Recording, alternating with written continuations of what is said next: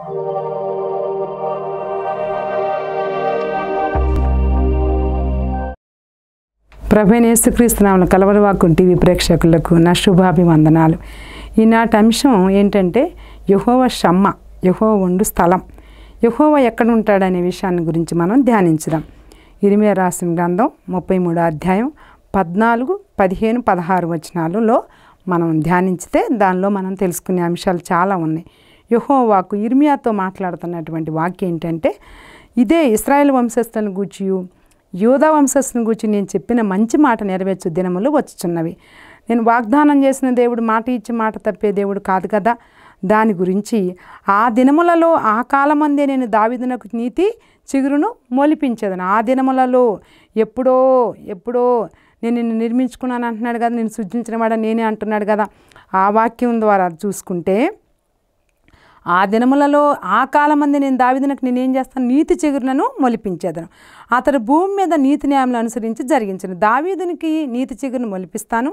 అతడు ఏం చేస్తాడు, అతడు ఒట్టిగా పరిపాలన చేయడమ్మా, నీతి న్యాయాలను అనుసరించి జరిగిస్తాడు. ప్రతిదీ కూడా తన రాజ్యంలో కానీ, తన ఇంటిలోనే కానీ, ఎక్కడైనా సంఘంలోనే కానీ నీతి న్యాయాలను పరిపాలించి జరిగించేటువంటి కార్యాలు జరుగుతాయి. ఆ దినములలో యూదావారు రక్షించబడుదురు.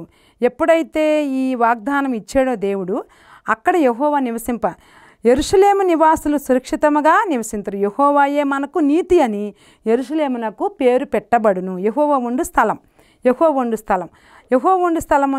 ఎప్పుడైతే దావీదుని ఎన్నుకున్నాడో దేవుడు, ఎప్పుడైతే దావీదు వంశం నీతిని చిగురును మొలిపిస్తాడో, అప్పుడు ఆయన ఏం చేస్తాడు, భూమి మీద నీతిని న్యాయాన్ని అనుసరించి జరిగిస్తాడు. అప్పుడు అక్కడ ఏం జరుగుద్ది, యెహోవాయే మనకు నీతి అని పేరు పెట్టబడుతుంది అంటున్నాడు.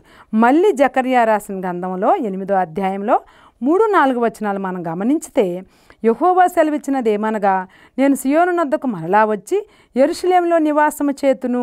సత్యమును అనుసరించు పురమనియు సైన్యములకు అధిపతికి యెహోవా పర్వతం, పరిశుద్ధ పర్వతం పేర్లు పెట్టబడును. చూడండి అమ్మ, ఎంత చక్కని వాగ్దానం చూడండి. నేను సియోను నొద్దకు మరలా వచ్చి యెరూషలేములో నివాసం చేస్తాను.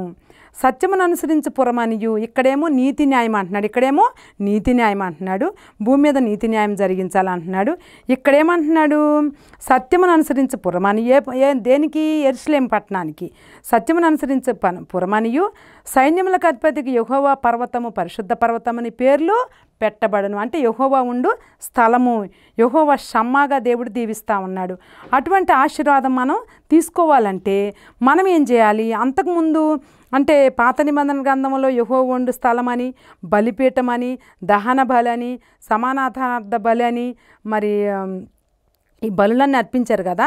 ఇప్పుడు అట్లాంటి అవసరం లేదు. అపోస్తలుడైన పౌలు ఒక కొరింథీయులకు రాసిన పత్రిక మొదటి పత్రికలో అంటాడు కదా. చూడండి, ఇక్కడ మొదటి పత్రిక 3వ అధ్యాయం 16, 17 వచనంలో చూడండి. ఇక్కడ మీరు దేవుని ఆలయమై ఉన్నారనియు బలిపీఠాలు, దహన బలులు ఆ అవసరం లేదు. అపోస్తలుడైన పౌలు చక్కగా మనకు చెప్తా ఉన్నాడు, స్పష్టంగా ఏం చెప్తా ఉన్నాడు, మీరు దేవుని ఆలయమై ఉన్నారనియు దేవుని ఆత్మ మీలో నివసించున్నాడని మీరు ఎరుగరా. ఇంకా బలులెందుకు? ఇందాక కీర్తనకారుడు ఏమంటున్నాడు, మనం ఆలోచించితే విరిగి నలిగిన మనసే దేవునికి ఇష్టమైన బలి అన్నాడు కదా. ఒక వాక్యం ద్వారా మనం ఇంతకుముందు మెసేజ్లో చెప్పుకున్నప్పుడు విషయాన్ని గురించి మనం ధ్యానించినప్పుడు విరిగి నలిగిన మనసే దేవునికి ఇష్టమైన బలి అన్నాడు కదా. ఆ రీతిలో ఇక్కడ అపోస్తలుడైన పౌలు కొరింథీ సంఘానికి చెప్తా ఉన్నాడు కదా, మీరు దేవుని ఆలయమై ఉన్నారు, దేవుని ఆత్మ మీలో నివసించి మీరు ఎరుగరా. ఎందుకు మీరు సొంత నిర్ణయాలు తీసుకుంటారు, ఎందుకు మీరు సొంత ఆలోచన చేస్తూ ఉన్నారు? దేవుని ఆలయం కదా, మనం ఉన్నటువంటి మన హృదయం ఎలా ఉండాలి, దేవుని యొక్క ఆలయంగా ఉండాలి కదా. ఎవడైనా దేవుని ఆలయాన్ని పాడు చేసినాడలా దేవుడు వానిని పాడు ఎవడైనా సరే, ఎవరైనా దేవుని ఆలయం ఎందుకు పాడు చేస్తాను? ఇప్పుడు రోజుల్లో మనం గమనిస్తున్నాం, మందిరాలు కూలగొడుతున్నారు, పాస్టర్ గారులను కొడుతున్నారు, బైబిల్ తగలబెడుతున్నారు, మరి ఎక్కడ చూసినా కూడా ఆరాధనలు జరగకుండా డిస్టర్బ్ చేస్తూ ఉన్నారు. మరి ఎక్కడ చూసినా ఏమేమో బజరంగ దళ అని, ఆర్ఎస్ఎస్ అని ఇక్కడ చూస్తున్నాం కదా మనం. మరి మొన్నదాకా మనం గమనించే మణిపూర్ పరిస్థితి విన్నాం కదా మనం. ఒరిస్సాలో ఒక ఫ్యామిలీని ఎట్లా చేశారో చూస్తున్నాం కదా. ఇవన్నీ ఏంటి? దేవుని యొక్క ఆత్మను పాడు చేయటం కాదా? దేవుని మందిరాలు పాడు చేయటం కాదా? ఎవరైతే దేవుని మందిరాలు పాడు చేస్తారో, ఎవరైతే దేవుని యొక్క ఆలయాన్ని పాడు చేస్తారో, ఎవరైతే దేవుని యొక్క ఆత్మలో ఉండ వాళ్ళ మనుషుల్ని పాడు చేస్తారో, అట్లా పాడు చేస్తే దేవుని ఆలయాన్ని పాడు చేసినట్టే. హల్లెలూయా.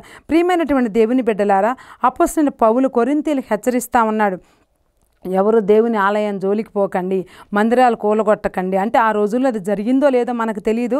కానీ ఇప్పుడు మనం గమనిస్తున్నాం చూసారా, ఎక్కడ చూసినా మత వ్యతిరేకత, మతోన్మాదులు బయలుదేరారు. ఎక్కడ చూసినా క్రైస్తవులపై దాడి, పాస్టర్లను ఎక్కడ పడితే అక్కడ కొట్టడం, మందిరాలు తగలబెట్టడం, ప్రార్థనలు జరుగుతుంటే ఆటంకాలు పరచడం, ఇవన్నీ మనం చూస్తున్నాం కదా. ఇవన్నీ చేస్తేనట దేవునికి ఇష్టం లేదటమ్మా. దేవునికి ఇష్టం లేక దేవుడు ఏం చేస్తాడంటే, ఎవరైతే ఈ పనులు చేస్తారో, ఎవరైతే ఈ యొక్క హింసకు పాల్పడతారో, ఎవరైతే ఈ యొక్క చెడ్డ పనులకు ముందు పడతారో వాళ్ళని పాడు చేస్తాడంట దేవుడు. దేవుని ఆలయం పరిశుద్ధమైన, ఎందుకు దేవుడు అలాంటి పనులు చేస్తున్నాడు అని అంటే, ఎందుకు వాళ్ళని పాడు చేస్తానంటే, దేవుని మందిరాలను పాడు చేస్తే దేవుని కోపం కాదా? చూడండి, ఫర్ ఎగ్జాంపుల్ మనం చూద్దాం, మన ఇల్లు ఎంతో శుభ్రంగా ఉంచుకుంటాం, పక్కింటి వాళ్ళు వచ్చి మన ఇంటిని పాడు చేస్తే, పాడు చేయడం అంటే కూర్చొని అలా చిన్నపిల్లలు వచ్చి పెద్దవాళ్ళు వచ్చి కూర్చుంటే చిన్నపిల్లలు వచ్చి కూర్చుంటారు. కూర్చోగానే వాళ్ళు ఏం చేస్తారు, ఆ వస్తువులు అట్టయ్యా, ఈ వస్తువులు ఇటయ్యా, సింక్ దగ్గరికి వెళ్ళి నీళ్ళు పడబోయ్యా, సోపు పడబోయ్యా, మరి తిన్నటువంటి ఆహారం దగ్గర మొత్తం చెత్త చెదారం అయ్యి, అప్పుడు మన కోపం రాదా? మన ఇంటిని అంత శుభ్రంగా ఉంచుకోవాలని మనం ప్రయత్నం చేస్తున్నామే, మరి దేవుని ఆలయము పరిశుద్ధంగా ఉంటుంది. మన ఇల్లు శుభ్రంగా ఉంచుకుంటే ఆ ఇంటిని అపరిశుభ్రం చేస్తే ఎంత కోపం ఇచ్చుకుంటాం మనం. ఏంటి ఇట్లా వచ్చారు పక్కింటి వాళ్ళు, వచ్చిన వాళ్ళు వచ్చినట్టు కూర్చోక, ఏంటి ఇంత చెత్త చేసి వెళ్ళారు, మంచిగా కూర్చోవాలా, మర్యాదగా వెళ్ళిపోవాలి, కానీ ఇదంతా ఇట్లా చేశారేంటి, అట్లా చేశారేంటి అని మనం ఎన్ని కామెంట్లు పెట్టుకుంటాం వాళ్ళు వెళ్ళిపోయిన తర్వాత. కాబట్టి ఇక్కడ దేవుడు అంటున్నాడు, ఈ చిన్న ఇంటికే, ఈ లోకపు నివాసానికే మనం ఇంత విలువిస్తే దేవుని నివాసానికి దేవుడు ఎంత విలువిస్తాడమ్మా. దేవుని మందిరం పాడు చేయొద్దు, దేవుని మందిరం జోలికి పోవద్దు, క్రైస్తవుల జోలికి పోవద్దు, తర్వాత పాస్టర్ల జోలికి పోవద్దు, బైబిల్ గ్రంథం జోలికి పోవద్దు. ఇవన్నీ దేవుడు గమనిస్తా ఉన్నాడు. అందుకనే దేవుడు అంటున్నాడు, దేవుని ఆలయం పరిశుద్ధమైనది, మీరు ఆయన ఆలయమై ఉన్నారు కదా. మీరు ఆలయంగా ఉండాలంటే ఎలా ఉండాలి? మనం ఆయన చెప్పినటువంటి పద్ధతులన్నీ, ఆయన ఆజ్ఞలను అంటే తూచా తప్పకుండా పాటించే అంత సీన్ మనకు లేదు, కానీ ఆవగించలు 60వ వంతు విశ్వాసం ఉన్న దేవుడు దీవిస్తానన్నాడు. అటువంటి విశ్వాసాన్ని మనం కలిగి ఉండాలి కదమ్మా. ప్రియమైనటువంటి దేవుని బిడ్డలారా, ఎప్పుడైనా గుర్తుపెట్టుకోండి, బలులు అర్పించటం, దహన బలులు అర్పించటం, బలిపీఠాలు కట్టడం, దేవుని ఆలయం కట్టడం, వాటన్నిటికంటే మనకు మించింది ఏంటి అంటే, అపోస్తలుడైన పౌలు చెప్తా ఉన్నాడు, మన హృదయమే మంచి ఆలయంగా ఉంచుకోమన్నాడు. ఈ ఆలయము దేవుని ఆలయం కాబట్టి అటువంటి ఆలయంలో, అంటే మనుషులు కట్టించేటువంటి ఆలయంలో దేవుడు నివసించటం కంటే ఇక్కడ మెన్షన్ చేస్తున్నారు అంటే, మన హృదయమే దేవుని ఆలయంగా ఉంచుకుంటే అదే పెద్ద గొప్ప మందిరం అంటున్నాడు. హల్లెలూయా. అటువంటి గొప్ప ఆశీర్వాదం కలిగి ఉండాలి, అటువంటి గొప్ప మనసు కలిగి ఉండాలి, అటువంటి దేవుని ఆలయంగా మన హృదయాన్ని మలుచుకోవడానికి చాలా కష్టపడాలి. ఆ కష్టంలో మనం నిజంగా దేవుడు మనల్ని దీవిస్తాడు. మనం ప్రయాసపడి భారం మోయుచున్న వారులారా నా యుద్ధకు రండి అని ప్రయాసపడి భారం మోయాలి. ఏం భారం మోయాలి? దేవుని యొక్క ఆలయాన్ని కట్టడానికి, దేవుని యొక్క మందిరంలో అనేకమైన ఆత్మల రక్షణ భారం కలిగి ఉండాలి. అటువంటి గొప్ప ఆశీర్వాదం మనకు అందరికీ దేవుడు అనుగ్రహించాలంటే దేవుని యొక్క మాట మనం వినాలి. అటువంటి గొప్ప మనసును కలిగి ఉండటానికి దేవుడు మన యొక్క ఈనాటి వాక్యంలో మనల్ని దేవుడు దీవించి, యెహోవా ఉండు స్థలంగా, యెహోవా షమ్మాగా మనం మరి ఉండాలని ఆశపడుతున్నాం. ప్రార్థన చేసుకుందాం, అటువంటి ఆశను దేవుడు నెరవేరుస్తాడు. పరిశుద్ధమైన తండ్రి, ప్రేమ నమ్మకం కలిగిన ఆయన, కృపగల దేవ, ఇదిగో ప్రభా, యెహోవా షమ్మా, యెహోవా ఉండు స్థలం అయ్యా నా తండ్రి. మరి ఈ లోకంలో ఉండేటువంటి జీవితంలో బలిపీఠాలు కట్టడం, దహన బలులు అర్పించటం కంటే నా తండ్రి, నా నాయన, మరి మా హృదయాన్ని మీ ఆలయంగా మలుచుకోవాలి. మా హృదయాన్ని మీ ఆలయంగా మలుచుకోవాలంటే మేము చాలా క్రమశిక్షణగా ఉండాలి ప్రభా. ఈ క్రమశిక్షణే మా జీవితాన్ని నడిపిస్తుంది ప్రభా. ఎప్పుడైతే మీ ఆత్మను కలిగి ఉంటామో, ఎప్పుడైతే మీ మనసును కలిగి ఉంటామో, ఎప్పుడైతే మీ రక్షణలోకి వస్తామో, అనేకమైన ఆత్మల రక్షణ భారం కలిగి ఉంటాం ప్రభా. అయ్యా నా తండ్రి, నా నాయన, గొప్ప దేవ, అటువంటి గొప్ప ఆశీర్వాదం మాకు దయచేయండి ప్రభా. నా తండ్రి, ఈనాటి వాక్యంలో మీరు తోడుగా ఉన్నారు ప్రభా. నా తండ్రి, నా నాయన, ప్రతి స్థలంలో మీరు ఉంటున్నారు, ప్రతి మనిషిలో మీరు ఉండాలి. అటువంటి గొప్ప ఆశీర్వాదం, ఏ ఒక్కరు నశించడం మీకు ఇష్టం లేదు ప్రభా. ప్రతి ఒక్కరి గురించి ఆలోచిస్తున్నారు ప్రభా. ప్రతి ఒక్కరు ఆత్మల రక్షణ భారం మీ మీద పెట్టుకున్నారు ప్రభా.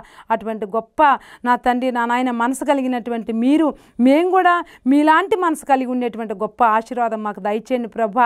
నా తండ్రి, ఆవగింజలు 60వ వంతు విశ్వాసం ఉన్న, నమ్మకం ఉన్న అయ్యా మా జీవితం ఎంతో గొప్పగా దీవించబడుతుంది.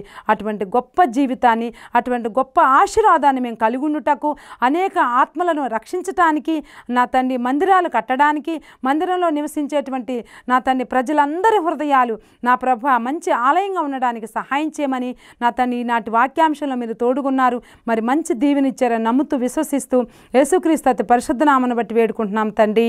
ఆమేన్.